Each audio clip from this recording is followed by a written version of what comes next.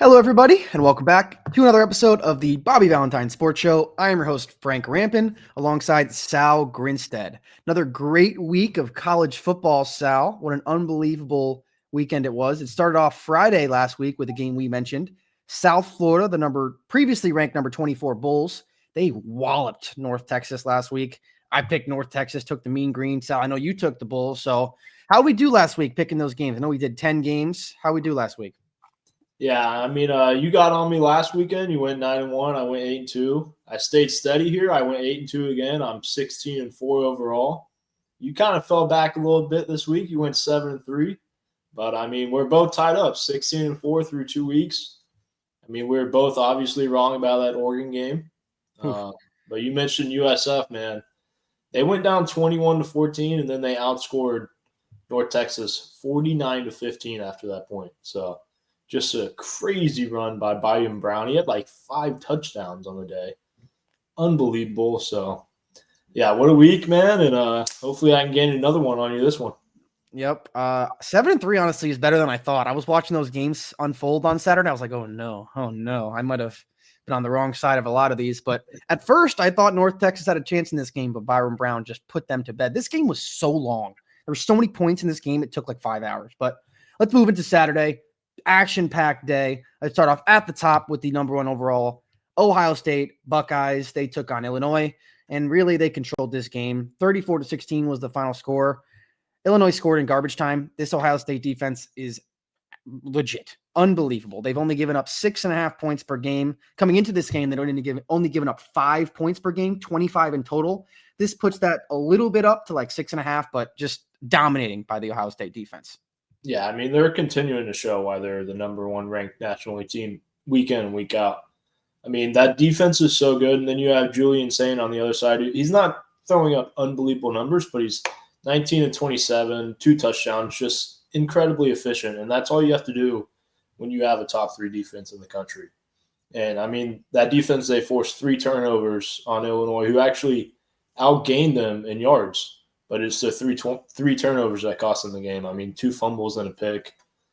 And now Illinois, they dropped all the way out of the top 25, and their only losses are the number 1 team in the country, Ohio State, and the number 3 team in the country, Indiana. So yeah, just a rough beat for them fighting Illini. That is very tough for them. Not a very good – when a 1-3 getting bumped out, that's got to be tough. We'll see if they can get themselves back in. I feel like there's a good chance they could, but we'll see what happens.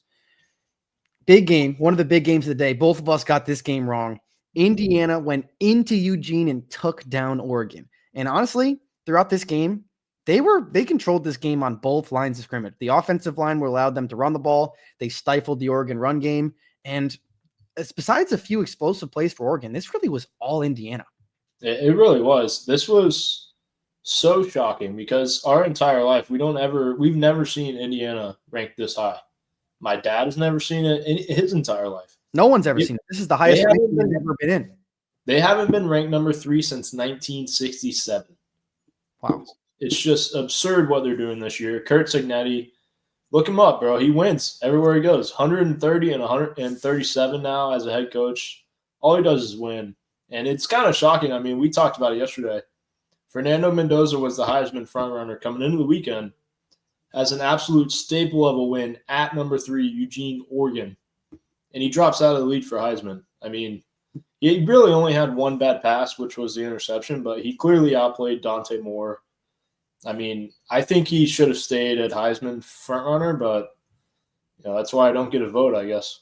I think it's crazy that he just got moved out. Like, he was the front runner going in. He beats the number 3 team in the country on the road, and then he moves out of the front runner. I get he had 1 bad throw. He threw a pick 6, but he came right back down. That was to tie the game, by the way. He threw a pick 6 that tied the game. So you could go into your shell, you could crawl into your hole and quit, or you can come back out and lead a 90 or 85-yard drive and take the lead and win the game. And that's exactly what Fernando Mendoza did. So I'm confused and honestly shocked that they took him out of the top spot, especially after a win like that. Yeah. And this Indiana defense, dude, is a problem. They gave up 10 points against Illinois and blew them out. They played an outstanding game against Oregon. Oregon coming into the game were 50% on third downs, which means they were completing every other one. They went 21% this game.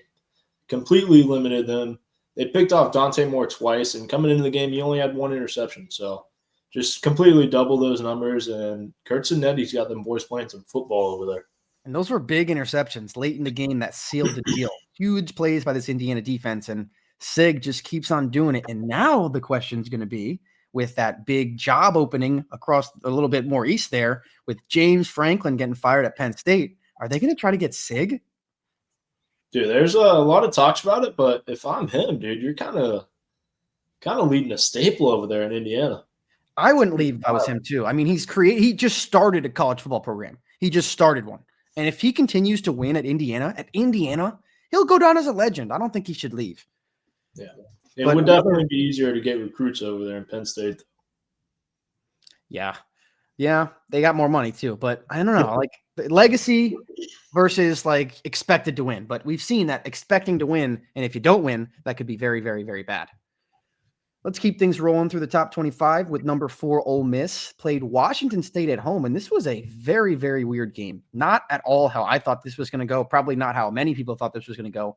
But this Washington State team hung tough with Ole Miss. They played very good defense early on. Ole Miss could not move the ball. They scored a couple big touchdowns. They scored on that trick play to open up the game. And they hung around. Ole Miss only won this game 24-21, and they had to score late to do it. Yeah, this was a weird game. I mean, coming into the weekend, we didn't even mention this one last week. We didn't see this happening whatsoever. I guess maybe it's kind of looking forward to the next week. I mean, they played Georgia this week, so I'm sure they were focused a little bit more on that one than this one. And those are kind of those trap games you got to worry about, the sleeper game before your big game of the year. So, yeah, it was weird to see. I mean, obviously, it's nice they could pull it out, but, you can't play like that this weekend and hope anything great to happen. Yeah, weird game for Lane Kiffin and that Ole Miss team, but at Georgia, in between the hedges this weekend, this is the real test. So let's go down to Kyle Field down in Aggie land. Texas A&M improves to 6-0 after beating Florida 34-17. Marcel Reed and this offense just continue to do it, and the Texas A&M defense is a force to be reckoned with. We saw Florida put up, 29, almost 30 points against Florida. Florida offense put up how many points on this Texas defense, and then Texas A&M comes in and beats them like that. Like that's a pretty impressive win for this Texas A&M team that not a lot of people are giving credit for too. This is a really good Texas A&M team. I said it coming into the year. They were kind of underrated coming into the year. They were, late teens, in the 20s for ranking coming into the year. I thought they were better than that. And they've been showing it week in and week out. And all you got to do is you just got to win on Saturday. It doesn't matter how you do it. You could win by Marcel Reed. You could win by the defense. But no matter what, Mike Elko's got them boys coming out every single Saturday ready to go. Mike Elko, another name I heard questions about the Penn State job, and probably another guy that I'd say, hey, I want to stay. But we'll see what happens. That's going to be a very interesting opening, that Penn State job. That's going to be lingering throughout the whole season. I think it would be weird for him to go there because you're at A&M. I mean, it's arguably just as big as a job as the Penn State job. You're going to get the recruits you want. You're already one of the hardest stadiums to play in. If it was me, I would stay there. I think so too. But another guy that is getting a lot of talk for that job, we'll talk about a little later, that I think maybe should take the job, but we'll get there. Red River rivalry, Oklahoma, Texas. And like you said last week, Sal, this game never goes the way you think it's going to go. The team that's underdog, I guess they weren't underdogs, but by the books, but the team that's not ranked or whatever always ends up hanging around or winning this game. And Texas dominated this game. John Mateer came back after 17 days after surgery. Maybe not the right choice. He looked a little bit erratic. Popped up his stitches. It looked like he was bleeding at one point. But man, the story of this game was the Texas defense. They just were stifling. And then the big punt return touchdown put it away late. Yeah, I mean, we knew this was kind of going to be a defensive battle. From what we've seen from Arch all year, he's not going to do anything crazy. He didn't do anything crazy this game, but he let his defense work. I mean, no turnovers, 1 touchdown. The story was Mateer turning the ball over 3 times. You can't give a great defense and a great coach 3 extra opportunities. But yeah, I mean, I thought Texas was better than what they were kind of getting showed as. Their 2 losses were 2 unbelievably hard environments to go into, at Florida and at Ohio State. So I think dropping them out of the rankings last week definitely sparked a little plug under them last week. So I think Oklahoma just kind of got caught on the wrong side of it there.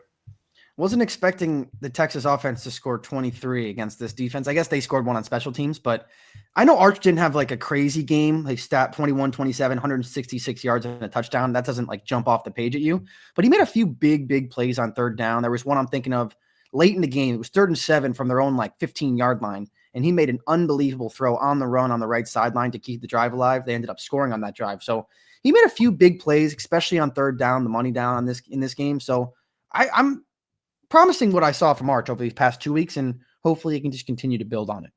Yeah, and when your defense is playing as good as they were playing all game, there's no reason to try to do anything crazy. You know they're going to get a stop. So you just got to control the game, take your team down the field, let your playmakers make plays, and that's really all he did. And I'm kind of a little worried about Oklahoma because John Mateer is obviously not 100%.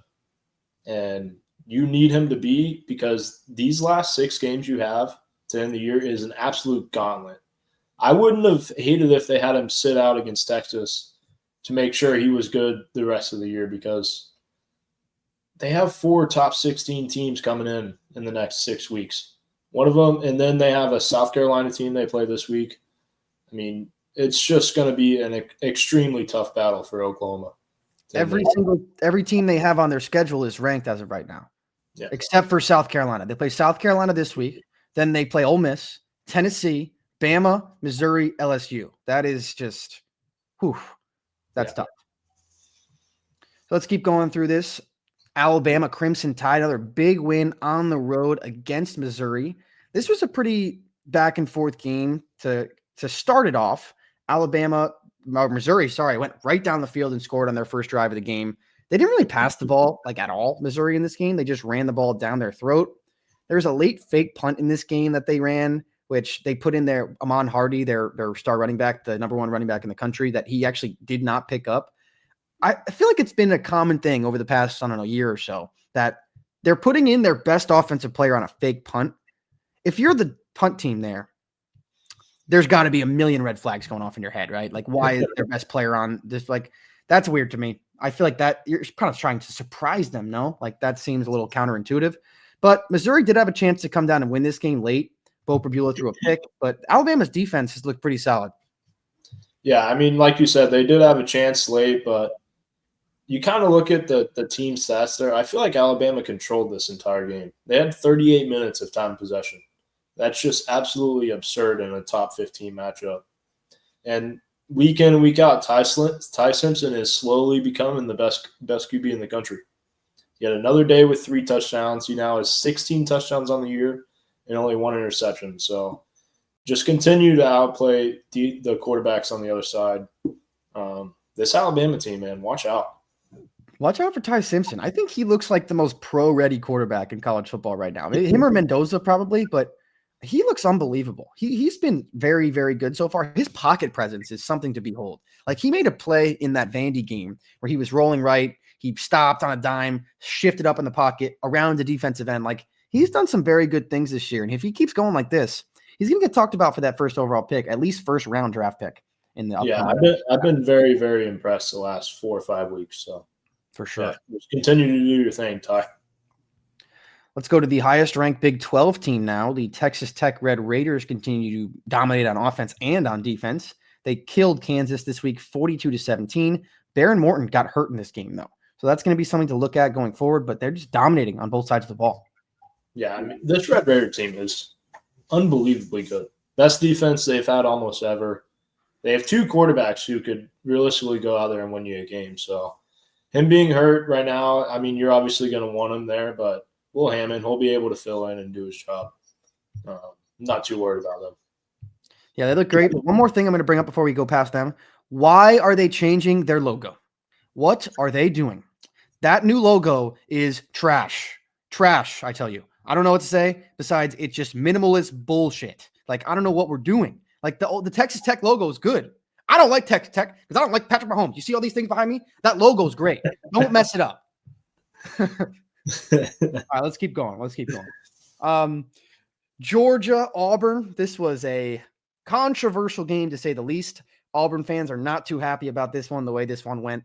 Auburn comes right out the gate, have a massive drive. I think it was like a 13, 14 play drive that took like almost 9 minutes. Right down the field, score a touchdown. Stop, field goal. They're up 10-0. They get the ball back. They're all the way down inside the 5-yard line on the 1 of Georgia, about to make the game 17-0. They try a tush push. Jackson Arnold fumbles the ball. The ball ends up in the hands of a Georgia player. He runs all the way down the field for a touchdown. The referee, not a singular referee made a call. No touchdown, no fumble, not a single referee on the field made a call. They're all looking around at each other, no idea what happened. They review it. They call it a fumble, Georgia ball. So on a play that could have been a touchdown for both teams, could have been a touchdown for Auburn. I thought he crossed the plane. Fumbled, and if he did fumble, Georgia player picked it up. He was knocked down. He ran all the way down the field and scored a touchdown for them. So just a botched play by the officials. I mean, it was a tough play to officiate in general. You couldn't see the ball, but wild. I know I wouldn't be happy if I was on either side of that play, really, but just a weird play. Auburn didn't score any more points for the rest of the game, and they lose 20-10. Yeah, I mean, that was a game-altering, season-altering review there. It was crazy. I was watching it, and I couldn't tell. No. I mean, I could have seen if you said touchdown Auburn, I'd be like, okay, that makes sense. If you said touchdown Georgia, okay, that makes sense. But you never blew the play dead. It's a touchdown on either side you look at. It shouldn't have been Georgia ball the 1. It should have been touchdown for one of the 2. Unbelievable. I really couldn't tell if he got in or not. I mean, and I broke it down. I put it as slow as I could. I couldn't tell. I mean, just game altering. Obviously, it didn't go in Auburn's favor there. I thought they played a better game than Georgia, but I mean, they had 11 penalties, and that cost them. You can't have 11 penalties against a top 10 team in the country.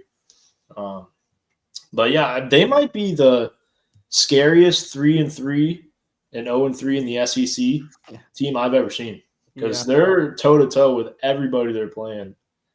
And I feel like I expect more from them, I guess. And like that play obviously it could have gone either way. Like you don't really know still after looking at 100 replays of that play, but that's why it's so critical to make a call on the field, Sal. They didn't make a call on the field. They just sat there and looked around. That's why it would piss me off the most if I was an Auburn fan. If you called it a fumble on the field, sure, you can't overturn it. If you call it a touchdown on the field, sure, you can't overturn it. You called it nothing on the field. That's the problem. You need to do something. It looked like deer in headlights. They didn't blow a whistle. They didn't do anything. Oh, brutal play.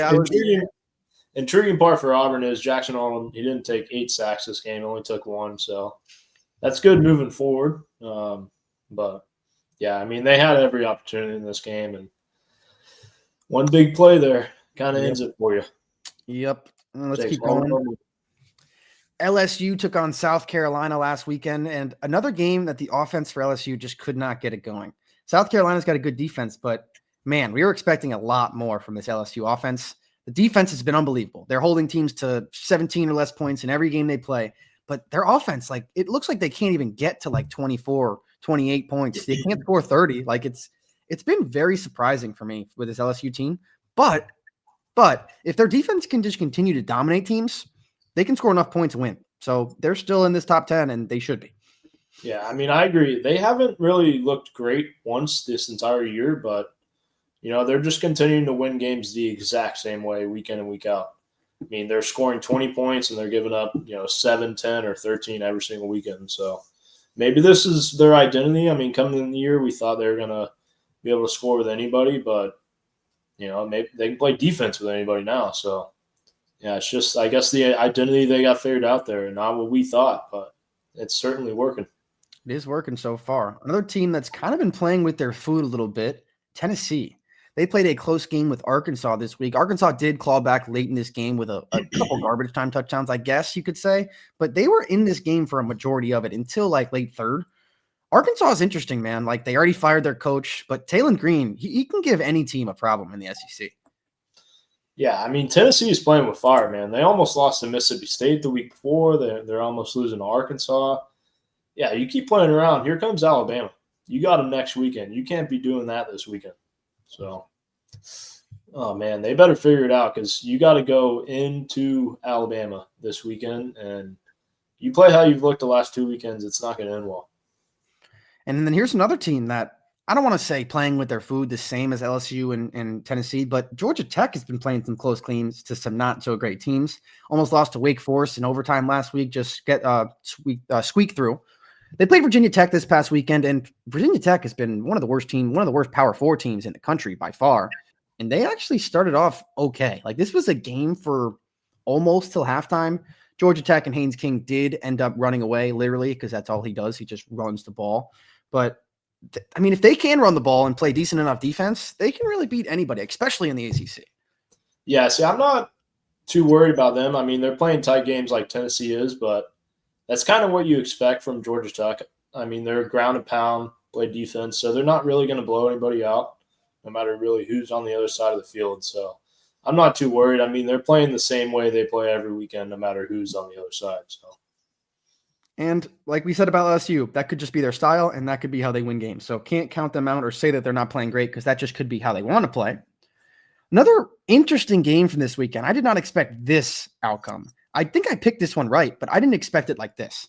Michigan lost to USC on the road 31-13. 31-13. Sharon Moore was talking a lot of junk coming into this week, saying, hey, this is the first sellout at the Coliseum because Michigan's going to be there. And they come in and get stomped. Like, this USC offense looked great. Jaden Mayava has been great. Makai Lemon is an absolute baller. But this Michigan offense really just never got going. Credit to the USC defense. That's not ever really their thing, but they played a good game against this run-heavy Michigan team. yeah, I mean, you definitely picked this one last weekend. I had Michigan. I was kind of shocked. USC was better all day, and King Miller ran all over them, 158 yards and a touchdown. They were the better team. I'm kind of shocked that we haven't seen Bryce Underwood really get going all year. Yeah. He has 5 touchdowns through 6 games this year. Wow. I mean, you expect a lot more from your, 5-star number 1 recruit in the class. So a little disappointing for this Michigan team. I mean, we've been saying week in and week out, we just expect the Michigan's offense to get better and better every week, but it took a step back this week and got worse. It has. And that USC win, we mentioned this off air, that's a big win for Notre Dame. Big win for Notre Dame. Now, Notre Dame has another opportunity to get a ranked win this upcoming weekend against USC. And speaking of them, Notre Dame took care of business again in South Bend. They dominated NC State 36-7. And I mean, Notre Dame versus these ACC teams, it's just not going to be a good fight. Just isn't. Yeah, they finally got a real test. I mean, this is kind of make or break next weekend for both of them. Either whoever loses this game, USC or Notre Dame, you're probably eliminated from playoff contention. And Notre Dame, they've been jumping up higher in the rankings kind of than we thought they would. So they don't necessarily have to keep blowing teams out anymore to make it. I think they just got to win out to make it. So for sure. I agree with you, Sal, but this is definitely a win or a make or break game for Notre Dame. If they lose this game, they're done because they won't be able to make it with 3 losses without being in a conference. So that's the only way you can be a 3-loss team is to win your conference, and they can't do that. So Notre Dame's going to have to win out. USC could, I guess, afford one more loss, but top of that Big Ten is too tough to afford that, I think. Yeah. Interesting outcome in this one. BYU traveled to Arizona, and they started off hot. 14-0 Cougars early, and then 24 unanswered points for Arizona, put them down late. But Bo Bachmeier brought them back late. Rushing touchdown with like 10 seconds left to tie the game. And they had another one in double overtime. They win it 33-27 to stay 6-0. 6-0 BYU, Sal. Yeah, they're a sneaky team, man. They honestly had a great chance to win the Big 12 last year, and they're kind of showing that one little fluke loss they had at the end of the year doesn't really make what kind of team and coach this is because they're out for revenge this year. And they're playing the Holy War this week, and it's maybe one of the biggest Holy Wars of all time. Yeah, both ranked in the top 25. Utah has 1 loss, but still going to be a unbelievable game. I was thinking maybe game day for this one, but obviously there's a top 10 matchup in Athens. Bringing up that, man, Utah beat down 21 Arizona State this weekend, 42-10, and they only threw the ball 12 times. Devin Dampier had 120 rushing yards and 3 rushing touchdowns. They had 276 rushing yards and 6 rushing touchdowns as a team. Wow. Why bother throwing the ball if you can just run it down their throat every single play? I mean, this was an absolute beatdown. No reason to throw the ball. Why not? Just low risk, high reward, right down their throat. Let's do it. 3 yards in a cloud of dust. Yes, sir. And that's how they want to play. They want to play like that. 3 yards in a cloud of dust and just play defense. That's Utah football. We'll see if Bayer can take care of it this weekend. Where's that game? Do you know? It's at Utah. At Utah. I thought it was at Utah last year. Pretty sure it's at Utah. Oh, no, it wasn't. It was at BYU last year because there was those crazy calls that, I remember that now. Yeah, I mean, they're both a crazy game last year. They're both really close to each other, but, I mean, Utah's a tough place to play. So Yeah. Let's keep going. Another upset this weekend. The Iowa State Cyclones, maybe. I guess that's what they're playing like. Booted out of the top 25 after losing to Colorado at Boulder. Dion and the boys played a great game. Caden Salter played a great game, and he's just looked better and better throughout the season. I was ecstatic watching this game because I said it last week. Iowa State did not deserve to still be ranked. So finally, something happened to them where you can just not even worry about them coming back in the rankings because they've looked terrible for 4 weeks in a row, and they've continued to stay in the rankings. So thank you, Dion, for getting them clowns out of the top 25. So this is the point I mentioned before. Coaches that I think could potentially be on the step for that Penn State job. Matt Campbell could be a good option for this Penn State job. One more too. What about Matt Rule? Did you hear Matt Rule yesterday, Sal? Did you hear his press conference? No. So Matt Rule got asked. Matt Rule, I don't know if you know this. He went to Penn State. He's great friends with the Penn State athletic director. He met his wife at Penn State. So he's a Penn Stater. They asked him what he thought about Penn State yesterday, and he said, I love Penn State. I met my wife at Penn State. I love Penn State. Blah, blah, blah. I love it. And then they asked him about Nebraska, and he said, I like Nebraska. Interesting choice of words there. He loves Penn State, the school that he went to, met his wife, all that. Not the coach of. He likes Nebraska, the one that he is currently the head coach of. So going to keep an eye out on that one. As now, Nebraska, they won this weekend. They're in the top 25. So it's going to be interesting to see what happens with the conversation about this Penn State job over the next month and a half. But I think it's going to get real loud. And what's kind of tricky with that, if he ends up going to Penn State, does he take Minnie Mahomes with him, Mr. Raiola? Probably, right? He has another year of eligibility. Yeah, I would think so. He's only a sophomore. That would be fun. I'm a huge Matt Rule fan. I mean, he did some great things at Baylor. Wasn't great in the NFL, but he's a great college coach. And he was at Temple, too, before that, right?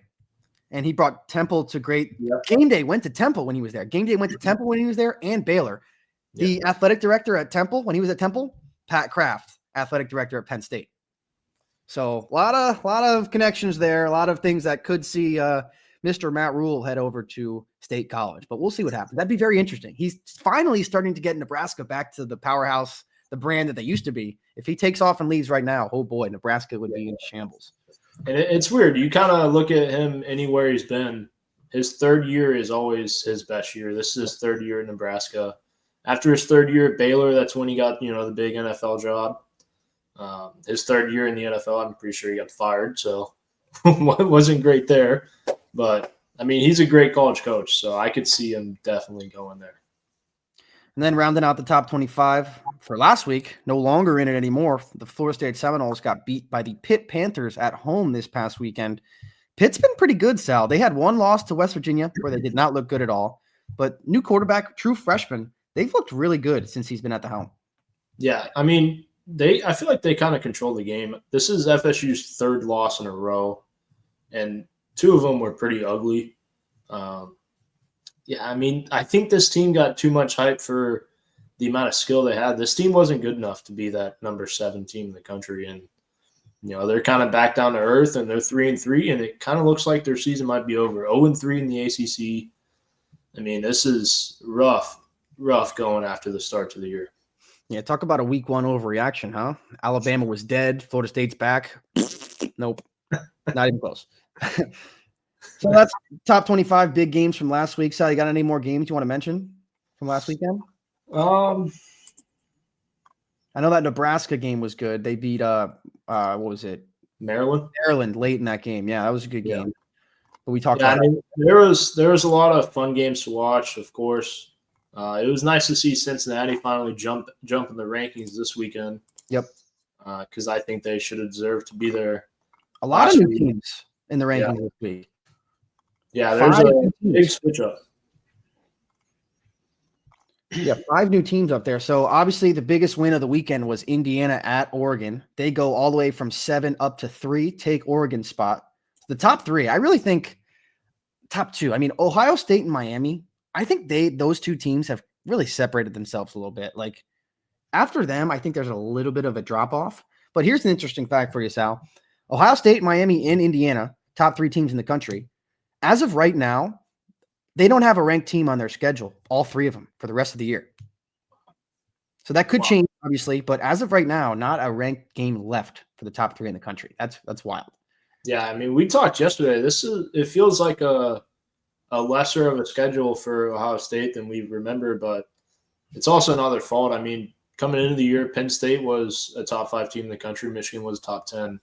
They have both of them remaining, and both of them are unranked. So they can't really control that part of it. But all they can do is just continue to win. Hey, they haven't beat Michigan since 2019, so we can never take that. No matter how good Ohio State and how bad Michigan is, you can never talk about that one. So we'll see what happens there with the game. But the top 10, more or less the same. Obviously, Oregon took a big dump down from 3 to 8. Georgia back in the top 10 at 9. LSU at 10. Those 3 teams there, Georgia, LSU, Tennessee, those 3 teams that have kind of been a little bit underwhelming so far the past couple weeks, right next to each other. Georgia Tech's there too. Notre Dame up to 13, so just outside that top 12 spot. Oklahoma goes all the way down to 14. And then the 5 newcomers, USC in at 20, Texas back in at 21, Utah in for the first time this year, Cincinnati in, and Nebraska. So a lot of Big Ten jumping in at the bottom of that. So we'll see what happens as we go on. A lot of people were talking about how the SEC is much deeper than the Big Ten, which I'm not going to argue. It's insanely deep. But after this week, Big Ten had a big statement week, I think, right? They definitely did, but we kind of talked about it yesterday. SEC is kind of unmatched right now, and they all kind of deserve to be there. There's 10 teams in the top 25, 5 in the top 10, and you can't take any of them out, honestly, from what they've shown. So I don't know. I mean, how many teams do you think in that top 25 could, I guess, realistically win the national championship? In the top 25?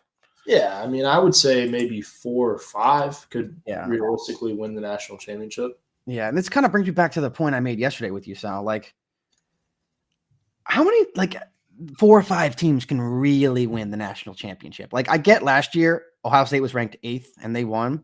They shouldn't have been ranked 8th. Let's be honest. They should not have lost that game to Michigan. They did. They had probably the most talented team in the country.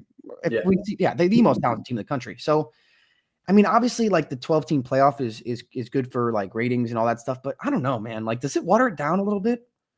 I actually love watching it. I mean, coming in, the Group of 5 team's not going to win it all. Probably the Big 12 team's not going to win it all right now. But C team's not going to win it all. Yeah. But it is definitely fun to, see some teams in there that otherwise wouldn't be in there. Like Indiana last year, it was nice to see them. Boise State, Arizona State. So it's nice to see that. And it kind of, lets the college kids, help their own draft stock out a little bit. Yeah, I agree. I mean, I'm never going to vote against more football. I like watching the games, obviously, but I don't know. Especially that first round, man. Indiana got their doors blown off. SMU got their doors blown off. I mean, Boise kind of hung around actually, but they didn't play in the first round. I don't know. It's just interesting to me because back, I don't know, 5 years ago, college football was every single game was a national championship. If you lost that game, your season was done.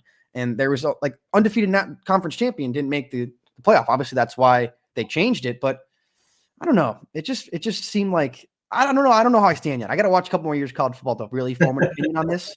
But I don't know. I'm starting to have my doubts. I don't know. I enjoy it. It could definitely hurt a little bit because there's going to be some years where there might be 6 SEC teams in there, and there's not much you can really say about it. But I don't know. I always enjoy having another 2-3 weeks of college football, so I don't mind it right now. Of course, and we got to see what happens this year with obviously last year all the 4 teams that hosted the playoff games won, and then all the teams that got a bye lost their first game. That's going to be interesting to see if, like, all those top 4 teams that get the bye, if that rest hurts them again after this season. That's going to be the big point, I think. But yeah, it's going to wrap it up for us today. We got picks coming on Friday, so make sure you tune back in for that. 10 games NFL, 10 games college football. Me and Sal swinging a hot bat right now, so make sure you look at those. So I got any more tidbits? We're struggling in the NFL a little bit. Hey, don't worry about that. College football episode, okay? We're hot. We're hot. Oh, man. All right, so that's going to do it for us. I mean, there's a lot of crazy games coming up this weekend. I don't want to get too in depth with them because we'll be making an episode on the picks, but just know I'm going to come out swinging this week. That's right. All right, so for Sal Grinstead, I'm Frank Rampin. Hopefully you enjoyed this one. We'll see you again on Friday. Peace out.